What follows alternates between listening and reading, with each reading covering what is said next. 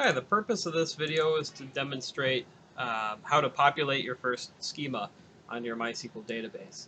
So I went ahead and um,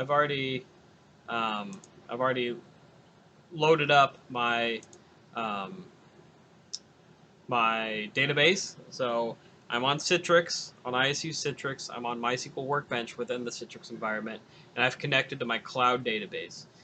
So now I sent a link out. Um, and that's where I'm at here. And we are going to download the WorldX database file, not the database, the file, the SQL file, and we're going to populate our database with it. So click on zip, and we're going to save this, save it to your desktop. So click Save As, go to the desktop, and just save it as WorldXDB. Just keep that the default. So that's going to download, um, finish downloading. So good. Let's look at our desktop, make sure we have it. Yep, we do have it here. Let's go into it and extract everything. Just extract it to the desktop. So if you open it up, you'll see there's a README, which you can read, and more importantly, there's a SQL text file, and this is a series of commands that MySQL has provided us to build this example database.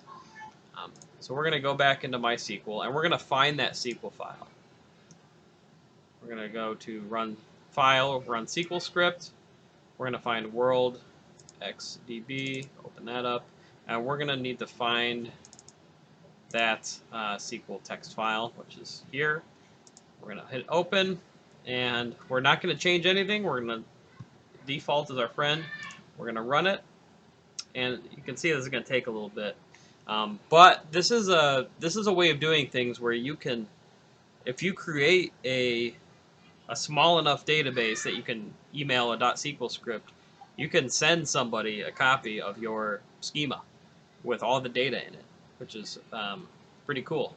And you can find other people's data on GitHub. But you want to be careful not to download any viruses, because you could have SQL injects, which wreak havoc on a system. So if you're doing this at a company, you wouldn't want to do that. But that is how we're going to populate our database. I paused the recording while that loaded. It is finishing up, and you will get a message saying I finished executing script. Cool. So all that data is stored in that .SQL file, and it's just extracting it into your database. So what you'll want to do now, nothing's changed, right? But what you'll do is hit this refresh button, and you'll see your new schema. Side note, if you don't see the schemas information, it defaults sometimes to have this administration thing in the navigator. You'll just click down here in the middle to where it says schemas, so they can see it. So now expand the tables, and we've got 4 tables or relations, and we're going to open it up, and you just right click and hit select rows, limit 1,000. The reason why it defaults to limit 1,000 is because otherwise it's going to take a lot of processing to do. And there we go. You can kind of get an idea of what these tables are doing. Here's a country code. This is going to be a foreign key.